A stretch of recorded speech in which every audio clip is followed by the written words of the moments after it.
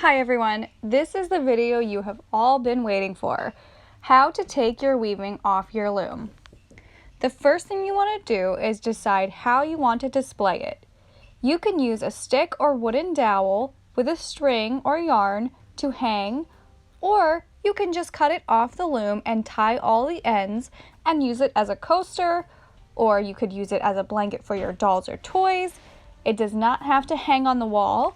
But if you want it to hang on the wall, you would need to use a stick or a wooden dowel. I'm going to show you the steps in this video.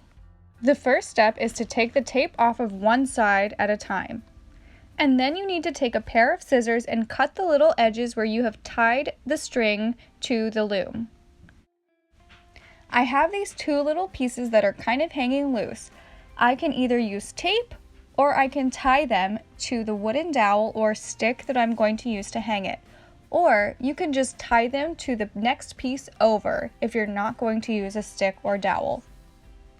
If you are going to hang your weaving like a tapestry and you're using a stick or a wooden dowel, you will need to take each little notch off one at a time and slide the stick or wooden dowel through them.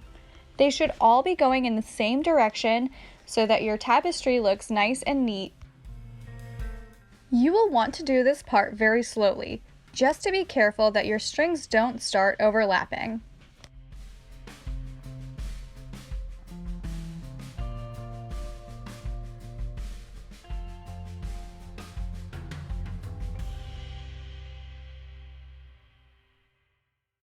Once you have finished putting all of those little notched loops over your dowel or stick, you can take a little piece of tape and stick down the little loose pieces of string.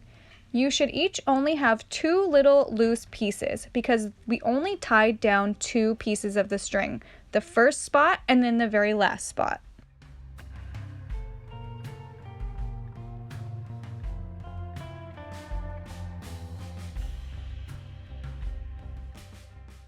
When you are finished with the top, you can move down to the bottom. You can choose to add a stick or doil to the bottom as well, or you could just tie off the bottom.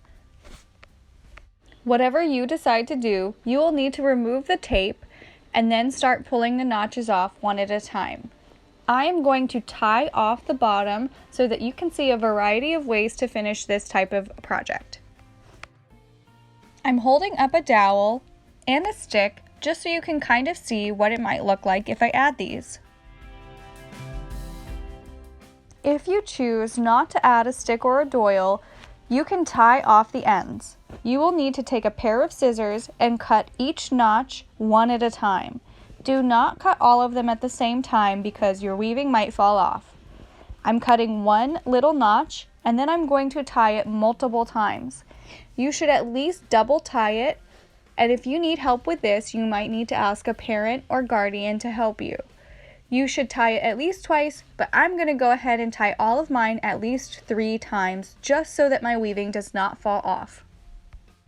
This part might be the most time consuming, but it is worth it to make sure that all of your beautiful hard work does not fall apart.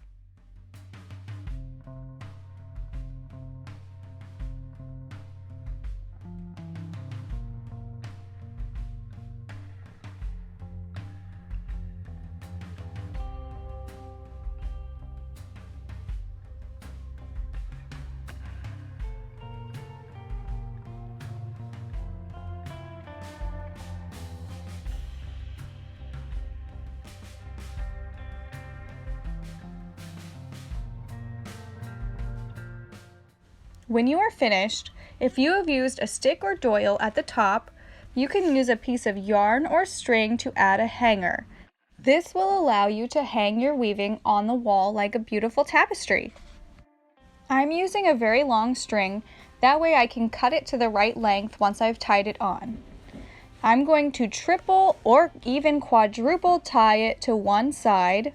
I'm starting on the right side, making a little loop and pushing my string through and pulling it. That's one little tie. I'm going to keep going and tie it a few more times just to make sure it's very secure.